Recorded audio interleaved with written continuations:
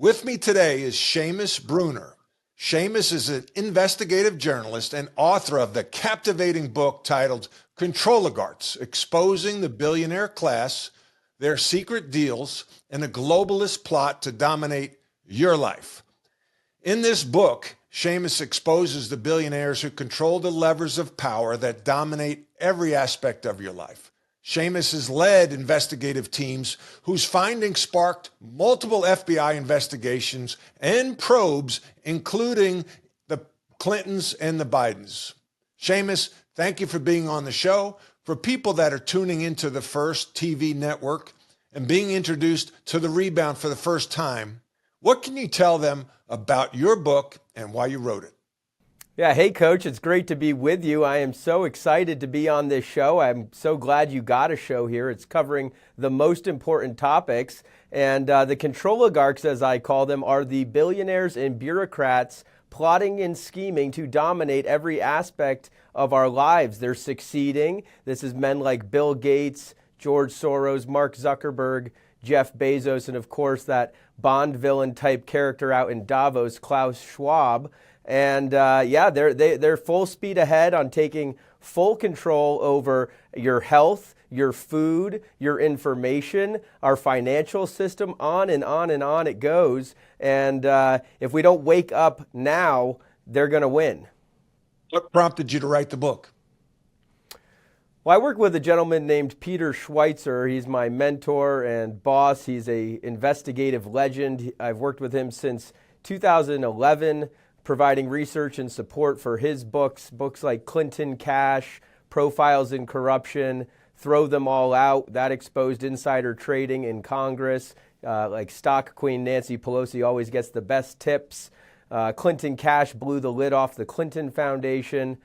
Secret Empires first exposed the Biden pay-to-play schemes in Ukraine with Burisma and in China with the Bohai Harvest private equity fund, bankrolled by the Communist Bank of China. And so all of these investigations, our motto is very simple. It's follow the money. And after exposing the politicians, the Bidens, the people on Capitol Hill, you kind of start to feel like maybe they're not calling all the shots there. Maybe Joe Biden isn't the one designing some of these atrocious policies that we're seeing play out in real time. And so that's what led me to follow the money just a little bit further to these billionaires and bureaucrats, unelected, and that's a big point in all of this. These guys are not elected, and therefore they are unaccountable. And then the other thing that led me to write the book was the pandemic. I mean, everybody wants to say the pandemic is over. Why are you talking about the pandemic? No, the pandemic was just a blueprint for the future. And so I kept coming back to this word control. They want to control our food system with Bill Gates buying up all the farmland, or they want to control energy with these smart thermostats. There's a good section on that, how they actually can remotely control the temperature in your home. And so control is just everywhere. That's what drives these guys. They're sort of like, they got God complexes. And so I wanted to expose them. So I followed the money, showed how they got extremely rich off of the pandemic. And that may not surprise the savvy listeners of this show, but what they're doing with all of this money that they got from the pandemic, that's what's really shocking. So tell me, you go after some of the most the most powerful people in the world. What kind of threats, fallout, pushback have you experienced? Yeah, so Amazon, for one, is the biggest retailer. That's one of the reasons I included Jeff Bezos in this book, which is not necessarily the smartest thing to do if you're an author trying to sell books. But we definitely saw Bezos' thumbs on the scales. He has not flat out removed Controligarchs, but he has removed a number of other books. So you got to be careful what you publish if you want to sell on the number one retailer. Of course, LinkedIn is owned by Bill Gates. We saw some funny business with that. But I think everybody has experienced these big tech oligarchs messing with their accounts, messing with their reach, trying to shut them down. We've been through all of that. And that's one of the reasons we like to publish books. We know that they're sort of a dying medium, but they're permanent. You can't erase a physical book, which is why it's so important to get hard copies of the books that you need, and this is one of them. Because everything is vanishing from the internet. I see it on Google all the time. They keep changing their algorithms and making it harder and harder to find the truth. Two quick thoughts. One, you're printing this book. You're doing interviews. I see them. This is juicy stuff. How come the media is not picking up on it? Yeah, well, Chapter 7 is called Mainstream Mind Control, and it's all about the corporate media companies and how they are controlled by the Controligarchs. I mean, you've got huge investments, big companies like BlackRock and Vanguard and State Street who hold large chunks. But then, of course, it's not just the money. There's a lot of ideological reasons that the mainstream media doesn't want to tell the truth. And so, that too is a dying medium, by the way, corporate media. CNN viewerships at all-time low. But you look at the people behind these companies, and I go into them one by one. I mean, Ted Turner doesn't own CNN anymore, but you can't find a more ideologically driven person than the founder of CNN, Ted Turner. I mean, the guy's a total nut job. He says that a lot of these guys are concerned with overpopulation, so-called overpopulation. Ted Turner is one of them. He thinks that the planet should have no more than 1, maybe 2 billion people. And so you look at these guys, and they are extremely ideologically driven. George Soros, for example, he also is sort of into this overpopulation stuff. He funds a lot of the methods for bringing down the birth rates. That would be abortion and birth control. I get into that and all of the investments from this billionaire class into all kinds of methods of abortion and contraception. And so it's a lot of ideology. You know that it's not profit reasons why the news is so bad, because they lose money. They lose money by being, fake news. So that's really what kind of drives a lot of it. There's 6 corporations, a lot of people know this, that own 95% of the media in America. And that's why it's so important to watch shows like this one, ones that are not controlled. Repeat that. You said 6 companies control 95%? Of the media? 90 to 95%. I list all of them. So you've got Disney. I mean, that owns ABC. That owns ESPN. It owns hundreds and hundreds. We don't have time to list all of the media properties that Disney owns. But then, of course, you've got AT&T, Time Warner. That owns a bunch of the mainstream media corporations. I actually go into the history of some of these corporations, too, like MSNBC. Most people don't know that the MS in MSNBC stands for Microsoft. This was a Microsoft company when it was first founded. Now it's, divested and merged and been acquired. But at the end of the day, you look at the top, there's just 6 corporations that own pretty much everything you're watching on cable and even in print media, on the web. All of the web is mostly owned. A lot of these websites are mostly owned. And so that's why it's very important to be getting your news from independent sources, ones not owned by BlackRock or other big financial interests. Like the first. Let's talk leadership. I've been doing a radio show with Brent Winterble in Charlotte on WBT, the Brent Winterble Show, and we've covered the elections, going back. And when Biden won, we talked about puppets. He's a puppet, and you talk about puppet masters. But I was really confused why some of the most successful people in the world want to do harm to the country. And in the next minute and a half, before we go to break, tell us your thoughts on that.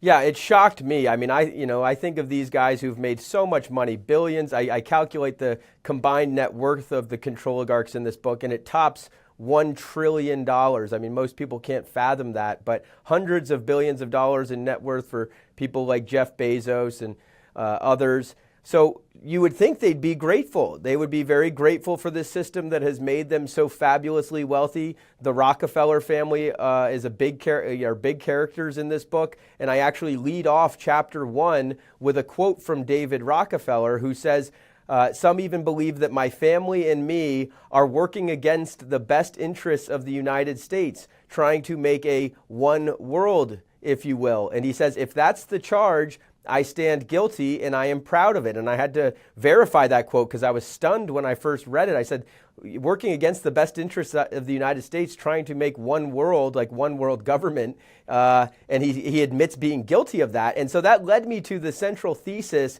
that is this: the Controligarchs' number one goal is to take away power and control from countries, individual countries like the United States, and transfer that control to international organizations that they run. So that would be things like the United Nations and the World Health Organization, the World Bank, and Davos, the World Economic Forum. And so once you understand that goal, everything starts to make sense. The crisis at the border, the inflation, the crime in our cities, they actually are intentional to bring about chaos, bring about destruction, and lead to a one world system. It sounds crazy, but the sources are all in the book. Go to break. And when we come back, Seamus is going to discuss how the United States can rebound from our current state of turmoil. The Rebound is sponsored by Sector Spider ETFs, a unique family of exchange-traded funds that divide the S&P 500 into 11 sector index funds. You can buy just the sectors you like or customize the S&P 500 by weighting the 11 sectors to meet your financial objective. Please visit them on the web at sectorspiders.com. That's sector, SPDRS.com.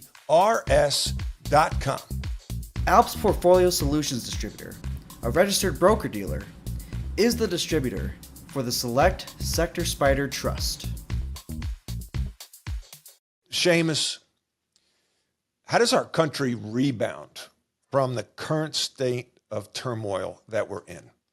Yeah, Coach. I mean, we are in the final minute, down 3 here, and it's all hands on deck. We need to focus on these issues. We need to wake up. Everybody needs to wake up. If you're not doing something and you say, what can I do? What can little old me do against these basically trillionaires? There's a number of things you can do. All of these globalist caused problems, whether it's the central bank digital currencies or the digital ID or the meats, the fake meats. I mean, we get into all of the food takeover by Bill Gates, and they want to get rid of the cows, get rid of real proteins, replace it with fake proteins. All of these issues can actually be solved at the local level. And so you got to get involved at the local level. Education is a hugely important thing. We need to be waking up our students to all of the garbage that they are teaching them in schools. And so if you're not involved in your child's education, you need to get involved. And then additionally, you need to find a local organization. There are all kinds of them all across the country, whether it's, let's say, Moms for Liberty, who we've worked closely with, or down here in Florida and in Georgia and throughout the Southeast is an organization called Citizens Defending Freedom, where they are meeting up at the local level with like-minded, patriotic Americans who believe that our values have been compromised and our Constitution is under constant attack. You need to be meeting with people at the local level, talking about these issues. And if you can't meet, then you need to be sharing this information, sharing this show, making sure people are watching Coach Doherty's show here where he's spreading the truth. You need to read this book and share it with other people.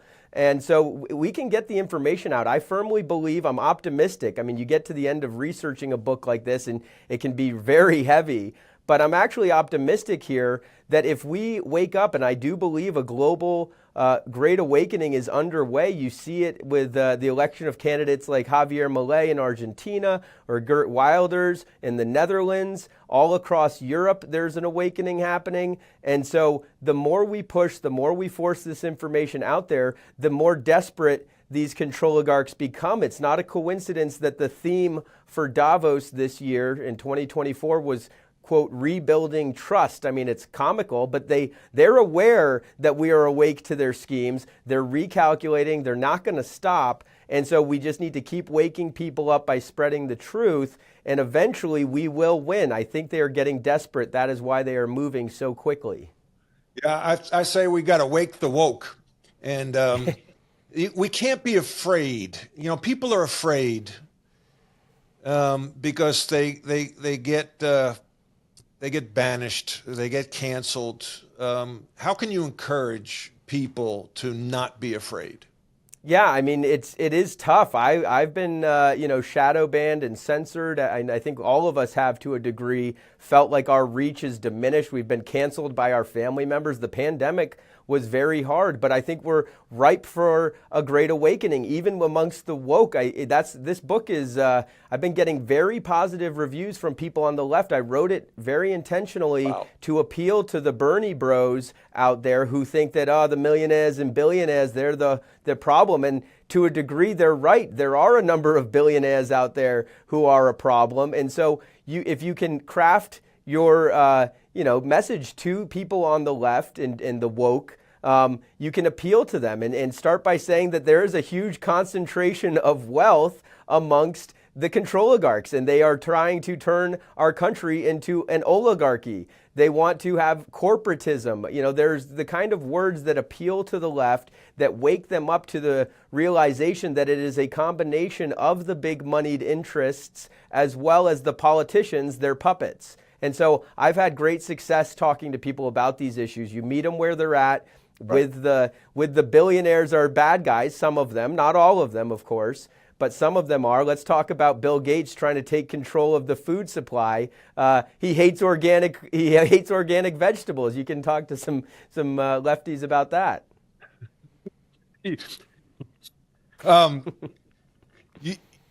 You mention in your book Controligarchs, which again is an awesome read, powerful, and it makes you think, right?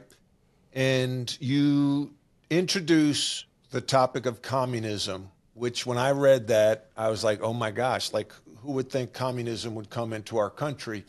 But it started to make sense and connect to me some of the power plays that these wealthy people are doing and trying to introduce into our country, whether it be breaking up the nuclear family, indoctrinating students, college campuses. We see what's going on now. And it led me to read, because you mentioned it, The Naked Communist. Tell people, like, communism, the seeds have been planted in our country decades ago. And we can't be afraid to talk about it. We got to address it. I heard General Flynn talk about communism. It's like when you buy a new car and you don't think anybody has it, all of a sudden you see it on the road all the time. I hear the term communism pop up a lot lately. Talk about, how it has infiltrated the United States and how we can recognize it and how we can guard against it. Yeah, that's right. I mean, communism, the communists have been at this for going on a century. I mean, the book you mentioned that I cite in Controligarchs is The Naked Communist, and I publish 20 of the 40 or so, 45 goals of the Communist Party. These were published in the Congressional Record. It was a book written by an FBI investigator, Cleon Skousen. And you read through these goals and, like you said, abolish the nuclear family and abolish religion and all of these kinds of things, take over the education system, take over the press. They have been hard at work for 80 years, and they're succeeding. Once you read these goals that were published, 50, 60, 70 years ago, you realize, man, they have made some great strides. And even polling shows today that young people are more socialist or communist than they were 10 years ago. And so it's infected our politics. Really what it is it's a mindset of jealousy, where you just want what, it's very easy to sell that, the rich people have something and I deserve that too. And so you can see why it sort of takes off with young people, but it's actually going to get a whole lot worse. I say in the book, it's not just that the communists are waging a war on the family or a war on information, a war on truth, a war on religion. They're waging a war against humanity. And you see it with this transhumanist revolution. I mean, coming up through today, and this transhumanism and this artificial intelligence revolution, you see it all around you. I mean, you can't go 5 minutes without AI just being shoved down your throat. And it's very helpful. I'm not a Luddite. I'm not saying that you should just totally run away from it, but you need to be aware that AI is a socialism machine. And in the way they're going to bring about socialism using AI is 3 ways. First, they're going to get rid of a lot of jobs. You can already see people, videos online of people sort of sobbing in their car about how they can't afford to live. Well, that leads to a call for universal basic income. Adam Schiff and other politicians are already pushing for pilot programs in the United States with a universal basic income. In order to get your universal basic income, basically a welfare check, you will need a digital ID. Sam Altman, the head of OpenAI, which makes ChatGPT, is currently performing the largest UBI study that's ever been done. That's not a coincidence. They know that that's going to happen after AI takes a lot of jobs. Okay, but then you need a digital ID. Sam Altman says in order to get your check faster, we need to verify it's you. And then finally, the central bank digital currency, that's going to be needed to get you your check faster. And all of the people working on a central bank digital currency, including our Federal Reserve, are saying that this is a number, like there's all kinds of benefits. Like we can use a CBDC to get migrants their welfare checks faster. And so once you see these pieces all fitting together, you'll realize we will be in a total socialist technocracy type situation. It sounds, I know, crazy to some, but they are working night and day to bring it about. Listen, I could go on and on. I would love to be, have you over to the house for dinner and talk about this stuff because it just blows my mind. It's scary. You just had a child. I have two. My biggest concern, and one of the reasons I like to introduce these topics and talk about these topics is not for me. It's for my kids and their kids. What are you've looked behind the curtain as much as anybody. What are you most afraid of? Yeah, I mean, it is a scary world to be raising children in. And, scarier still is the fact that you can't control what your kids end up doing. I know that in our house, we're not going to be giving them the iPads and, we don't want to send them to public school so that they can be brainwashed into being woke. But that's very tough, but it's critical. As a parent, you've got to have an active role in your child's education. I think 20, 30 years ago, a lot of people thought like, oh, I'm paying taxes, therefore I'll just have the government raise my kid. We can't be doing that anymore. You've got to be a good role model for your kid. You got to make sure you know what they're looking at. You can't just be plopping them down in front of the tube or giving them an iPad and not knowing what they're looking at, because the war for your child's mind is waged every minute of every day. And so the children are the most important thing. We need to protect them and we need to raise them to be aware of these issues. And if you've got kids who are growing up or going into college, be aware that a lot of the jobs of today are gone tomorrow. I mean, I just saw an article from Microsoft that says radiologists are basically obsolete. It's kind of like at the grocery store, 10 cashiers used to check you out. Now it's one cashier managing 10 machines. It's going to be just like that in all kinds of fields. So there will be, for every 10 radiologists, there will just be one person managing the radiology AI. And so make sure that your kids are going into a field. I mean, it's not a bad thing to put them into the vocational training. The robots can't do the welding and the plumbing yet, right. And you can make six figures as a 100%. Welder. I mean, Mike Rowe with Dirty Jobs. I mean, he's all over this issue. Doing the dirty jobs, the robots can't do those yet, and so that's not right. A bad thing. Listen, we've got again. I could go on all day. We've got 2 minutes. What question should I have asked you that I didn't?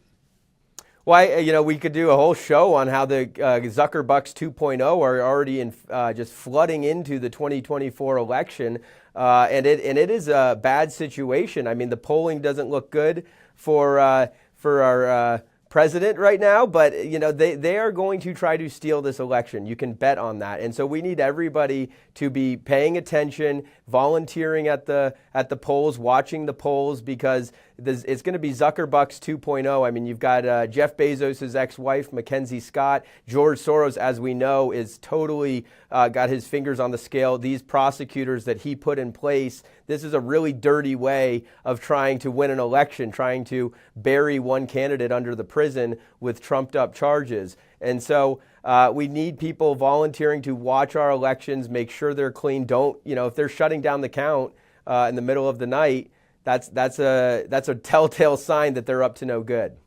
Seamus, thank you for joining us today for a great perspective on the importance of being a truth teller.